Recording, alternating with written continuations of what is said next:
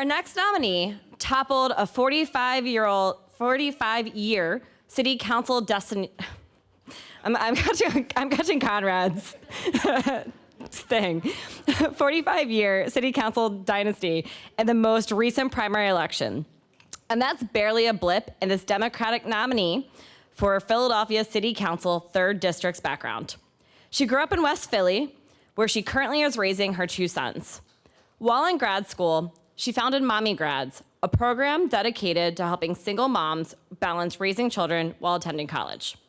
Formerly, she served as the executive director of the Sustainable Business Network, SBN, of Greater Philadelphia, where I had the pleasure of seeing her leadership as a member.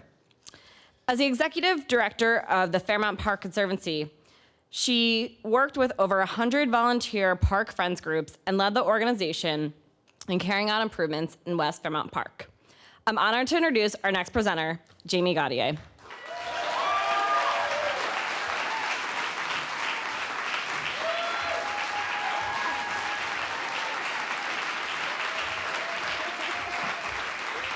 Good evening, everyone. I've had just about 1 cup of wine, so we'll see how that works out. Okay. I'm so excited to be here tonight with so many friends and colleagues. Tonight, I'm proud to present the awards of Neighborhood Champion, Sustainable Communities, and Future PHL. And I'm proud to present those awards because of the value that is at the core of each of those distinctions: community engagement. It's what I've built my career around, and it's the single biggest reason that I stand before you as the presumptive city council member for the 3rd District.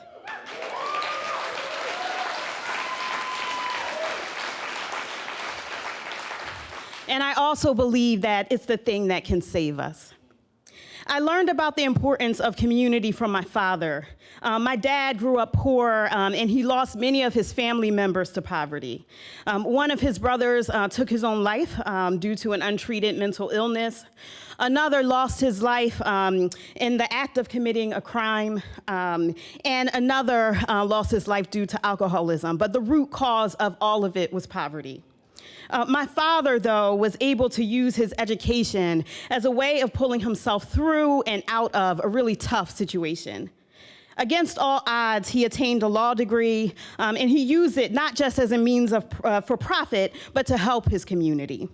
From organizing Black people in our city to advocate for more power over public education, to running for district attorney as a progressive independent, calling for a community-focused office that would engage residents in making our community safer, my father was always a neighborhood champion, building the whole and fighting for the whole.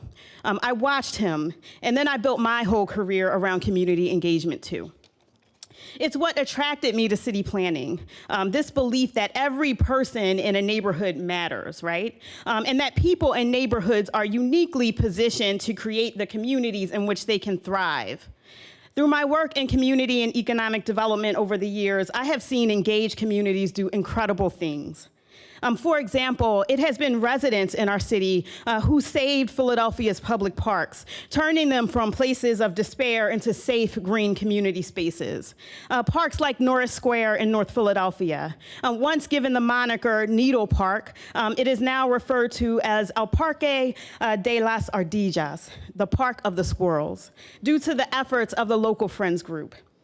In the neighborhood of Mantua in West Philadelphia, I saw neighbors come together to create a civic association and a community development corporation to ensure that resident voices were heard in the face of rampant, unchecked development.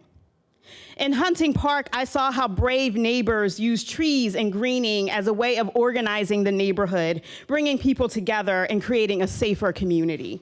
And those experiences and more make me so certain that neighborhood champions and organized communities will advance our city's environmental movement as well. I saw sparks of this play out in real time just the other night. I attended a public meeting that was soliciting feedback on the future of the PES refinery. Residents young and old from nearby neighborhoods spoke clearly and eloquently about their hopes for the site. They asked for clean air. They asked for healthy communities. They asked for justice. And I'm convinced that their involvement is what will lead to the best possible outcome in this process. I'm just coming off of an election. Though at times exciting, it was a stressful and grueling process towards a feat that many people thought improbable. But one of the things that I enjoyed most during the whole thing was canvassing. My days were spent raising money, probably from some of you, thank you. But my evenings were spent door knocking and talking to residents. And the one thing that was really surprising to me was how warmly I was received. Most people invited me into their homes. They wanted to talk to me. They wanted to be asked for their vote. They wanted to share their visions for their communities and for their city. And oh, what a vision they have, right? People want safe housing. They want healthy communities. And they want to stay in the neighborhoods that they love. They want opportunities for themselves and for their children. I listened and I heard. I credit our victory to that, and I also understand fully that I will need to keep listening, empowering, and engaging to fulfill my duty as their representative. And I encourage all of you to listen too, because if we're truly to make traction in this movement, we will need a critical mass of everyday people working together towards the future, towards more sustainable food systems, towards clean renewable energy, towards clean water and good green jobs, towards environmental justice, towards the future. Listening, thank you very much.